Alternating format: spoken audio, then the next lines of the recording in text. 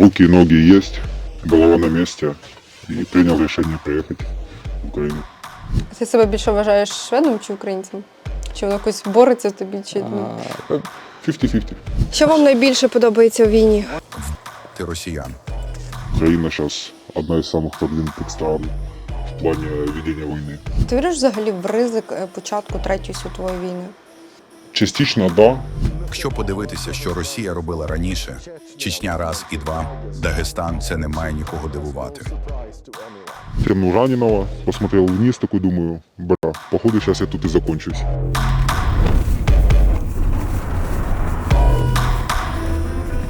Мирну і заможну Швецію поміняли на українські окопи. Привіт, це Український свідок, і сьогодні ми вам розкажемо, як на найгарячіших ділянках фронту за Україну б'ються шведські громадяни. Вони ходили в штурми, отримували поранення і досить довгий період брехали своїм рідним, що вони не воюють.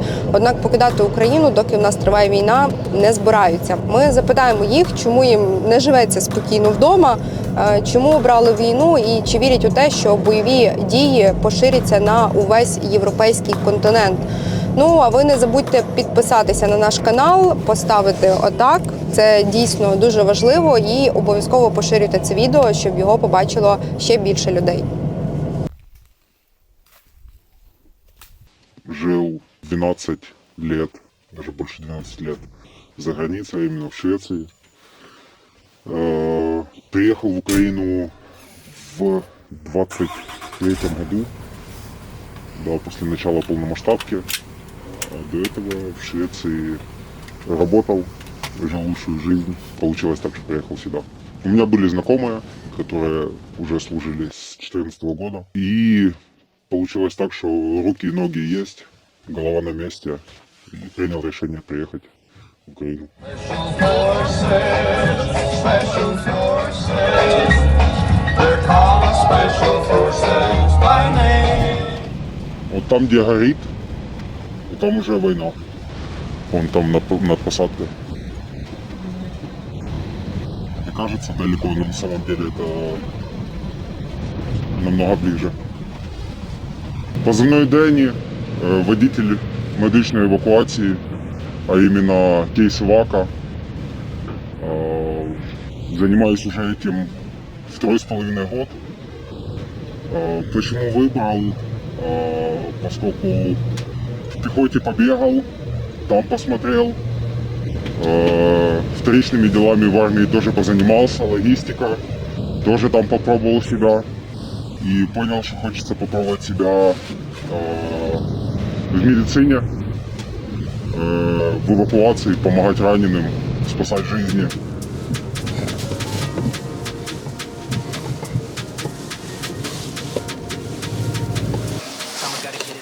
There we go.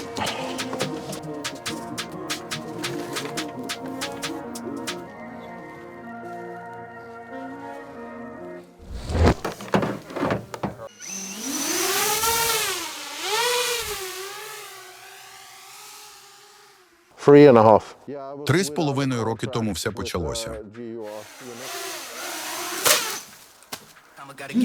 Whoa. Hee-hee. У когось у цьому лісі є система РЕВ.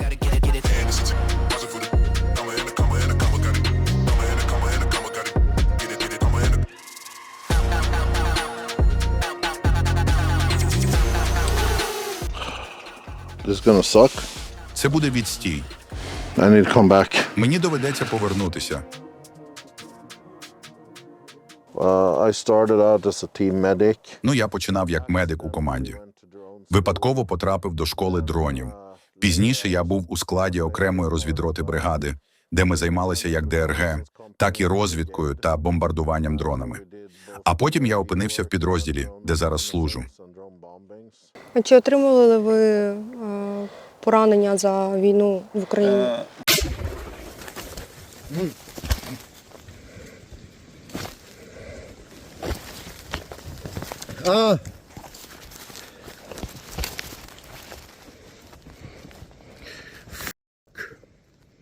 Am I okay? Am I okay? Jesus. Я сильно кровоточив. Це сталося після артилерійського удару. І рана була. Мені просто порізало бік обличчя. Чому вирішили продовжувати воювати далі, а не повернутися там в Швецію на відновлення і спокійне життя? Я міг би вигадати якусь нісенітницю про те, що війна не закінчилась. Але ні. Скоріше тому, що я все ще хочу воювати. Я просто хотів продовжувати. Як останнім часом змінилися медичні евакуації, якщо порівняти там, не знаю, півроку тому, наприклад, і зараз? Наскільки стало важче і в чому це, на прикладі, можете пояснити? Да. Если раньше мы могли заезжать прямо под позицию, не переживая о том, что нас где-то могут подбить, то сейчас килл-зона настолько большая, что уже в 20-километровой зоне большой риск подбития машины эвакуации и задержки именно самой эвакуации. Опять же, это все из-за FPV-дронов. Война не стоит на месте, все развивается. И точно так же развиваются дроны. У нас были случаи, что машина выдерживала 12 подрывов мин, то есть колесами наезжали на мины, да. Машина теряла колеса, но все равно возвращалась домой. Было такое, что в технику влетал один FPV-дрон, и все, после этого техника становилась непригодна для использования и просто оставлялась где-то среди поля, среди посадки. В основном у меня тут валает музыка, потому что для меня намного легче ехать в машине, в которой играет музыка, там какую-то смарагдовое небо навалить, либо что-то такое, какую-то смешнявку. И мне спокойнее и легче. Парни, которые сзади, тоже там, кто начинает смеяться, кто подпевать, кто там кричит «сделай погромче». Вот, поэтому оно у всех такое немного...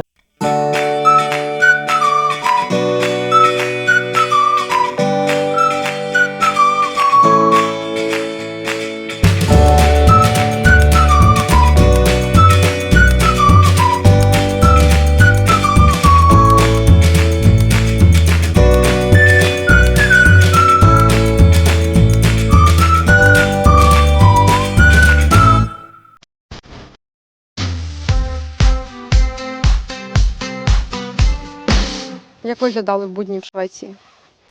В Швеции я месяц работал, месяц отдыхал. Прикольно. Поэтому Да. Месяц поработал себе, не скажу, что была супер как-то сложная работа. Поездил по миру, поработал, вернулся, опять поехал отдыхать дальше по миру. То есть у меня была такая работа, которая требовала частых катаний.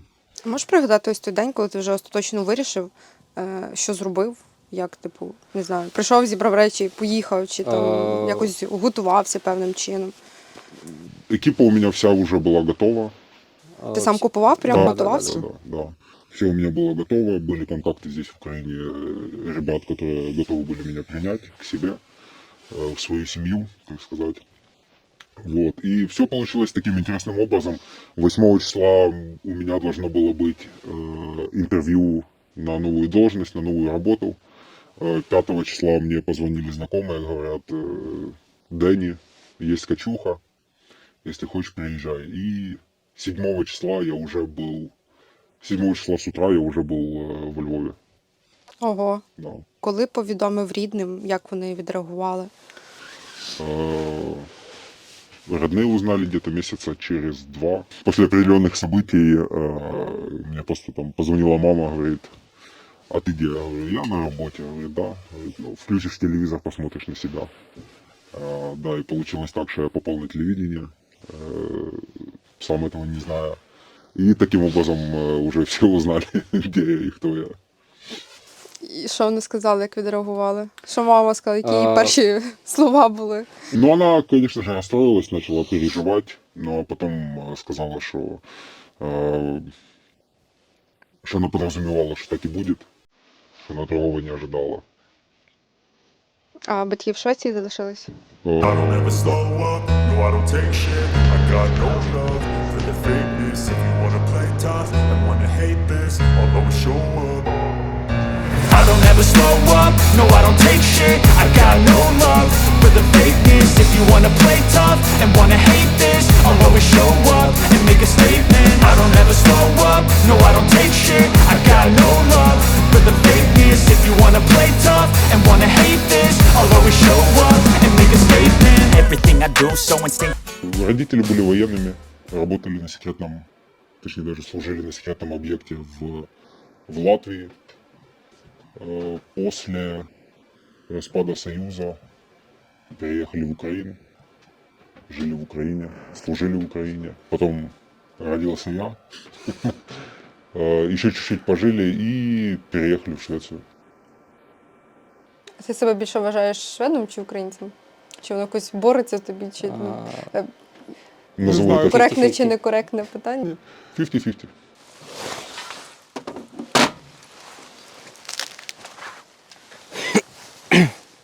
На начале, когда я приехал, то у меня было понимание того, что самая большая нужда это была в пехоте.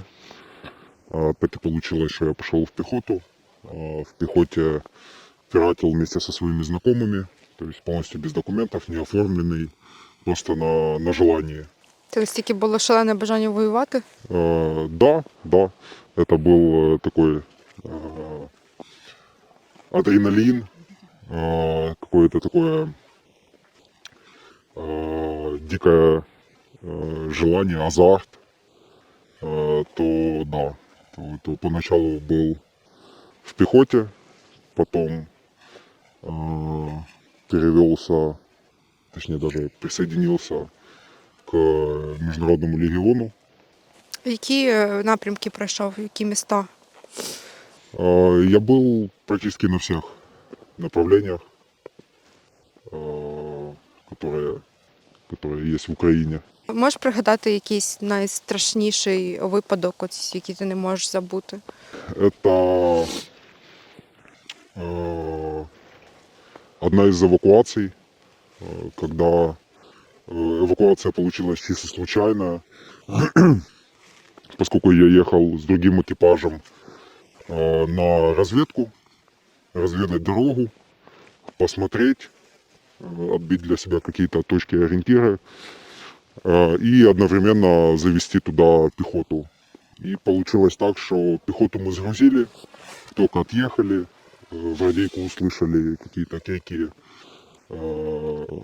неразборчивые, откатились от точки, и когда уже словилась связь, то сказали, то, что та группа, которую мы только-только загрузили, уже тяжелые 300-е, и нас развернули всех назад.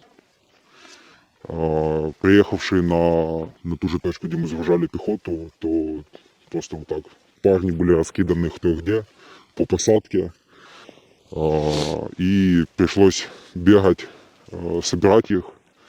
И в этот момент, пока я там добегал до одного, вот так в нескольких метрах от меня уже посыпались скиды с барабана. Там где-то услышал уже, как миномет начинает работать, уже стволка включилась. Вот. И за эти 10 минут, пока я один там бегал и их всех собирал, то там нормально так накошмарили нас. Был прилет, и ошметками деревьев поприлетало по ногам. Я думаю, уже все, типа там какие-то осколки. Я так просто вниз посмотрел, тяну раненого, посмотрел вниз, такой думаю, бля, походу сейчас я тут и закончусь. Що для тебе найстрашніше в війні?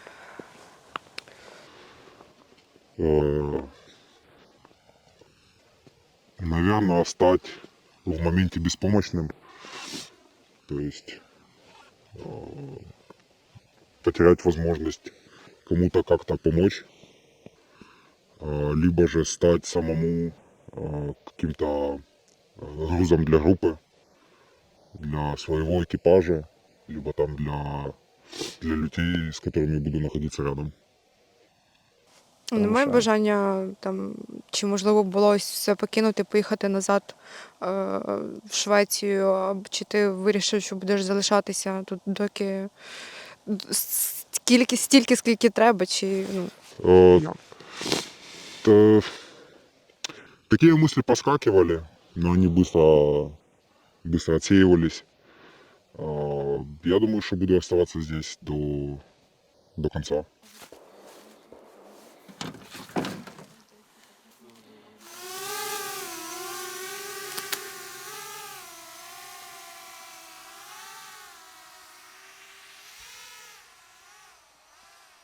Що вам найбільше подобається у війні? Вбити росіян. Приїзд і від'їзд. Той момент перед ротацією, коли пакуєш машину, і ти з усіма друзями. І той момент, коли повертаєшся з ротації, всі виснажені, сідаєш у машину з друзями, їдеш у душ, прати одяг і смачно поїсти. Це найкращі моменти.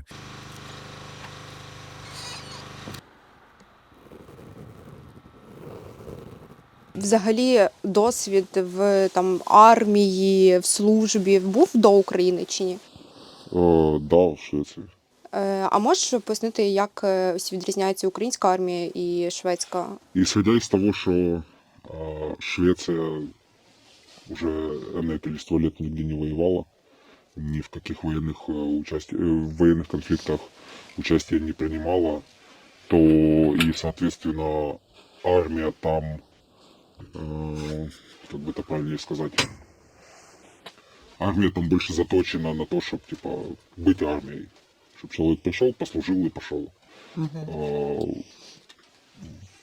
В Украине тут немного по-другому. С 2014 года идет война, и мотивации у людей больше, желания служить у людей больше, боевого опыта у людей в Украине тоже намного больше, поскольку большинство правил мы сейчас диктуем, там, исходя из каких-то там новых разработок, новых тактик, новых применений. Поэтому, я думаю, Украина сейчас одна из самых продвинутых стран в плане ведения войны. А які уроки Європа, країни Скандинавії, зокрема, мають винести з нашого сумного досвіду вже зараз? Можливо, вже зробили якісь уроки? Я думаю, самое первое это то, что прогрессия войны, то, как она развивается, то, как развиваются те же дроны, которые только, условно, там несколько лет назад использовались там для съемок свадеб и какого-то определенного контента, то сейчас эти дроны уже выполняют боевые задачи. И кто бы мог подумать, что такое может произойти. И это они уже приняли во внимание. Об этом уже в Европе все говорят, с этим все уже начинают работать, учиться работать и развивать эту вот ноу-хау, назовем это так, и вводить это в свою армию. Та же Швеция, типа, они начали уже активно использовать рэб-установки от дронов, разрабатывать их, тестить. Точно так же начали разрабатывать свои дроны, свои какие-то, как бы их назвать, засобы противостояния дронов. Вот, поэтому они тоже учатся. Ми говорили про те, що Швеція дуже давно не брала участь в жодних збройних конфліктах. Це, якщо там офіційно понад 80 років, взагалі ще з часів зимової війни. Я знаю, що там на другий чи на третій день Швеція почала допомагати Україні там і технікою, зброєю і так далі. Можеш пригадати ось ці дні в Швеції, коли почалася повномасштабна війна в Україні? І знову ж таки, ставлення потім до тих шведів, які їхали воювати безпосередньо. С первых дней все так в кучку сбились и начали там помогать сразу сходу, начали уже заготавливаться волонтеры, начали там заготавливать машины на то, чтобы там везти гуманитарку, везти теплые вещи, везти там какие-то, у кого какие были охотничьи прибамбасы, там какие-то тепловые камеры, ночные камеры и так далее. У меня был знакомый, который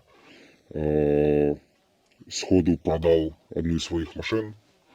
На эти деньги он закупил сухпаи и сразу сходу целый КАМАЗ сухпаев отправил в Украину. А як ти думаєш, чому Швеція порушила таке своє багатовікове табу?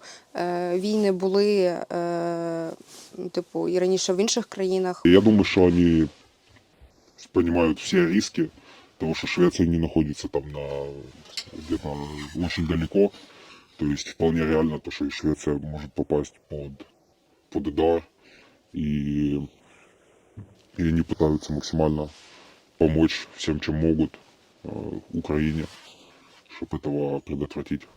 Як і в Україні, так і в Європі є люди, котрі там свого часу не вірили в звірства, які росіяни чинили в Україні. Це, зокрема, на Київщині, Харківщині, коли з'ясувалося про катування цивільних, про братські могили.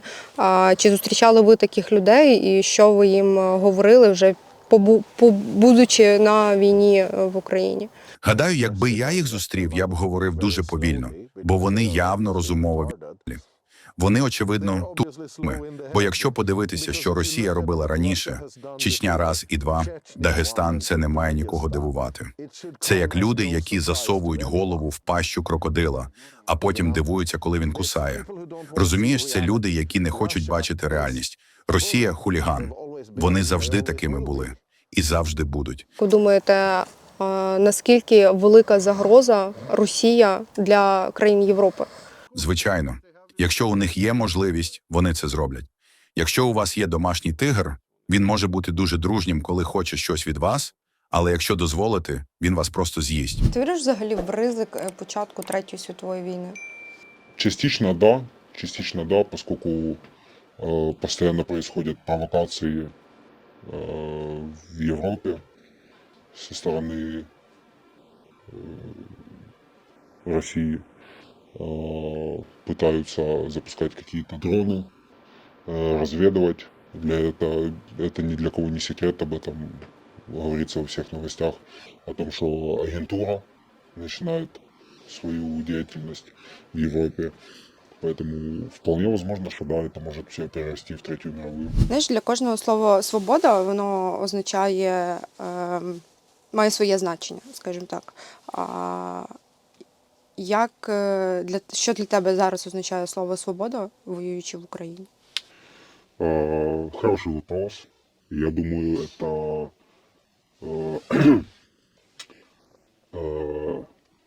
страдания, боль, как и военных, так и цивильных. И один из самых таких критериев – это смерть, потому что свобода выборивается жизнью людей. Ну, находясь здесь, мы отстаиваем право Европы на существование. То есть мы пытаемся максимально остановить Россию, чтобы Россия дальше свои щупальца не раскидывала.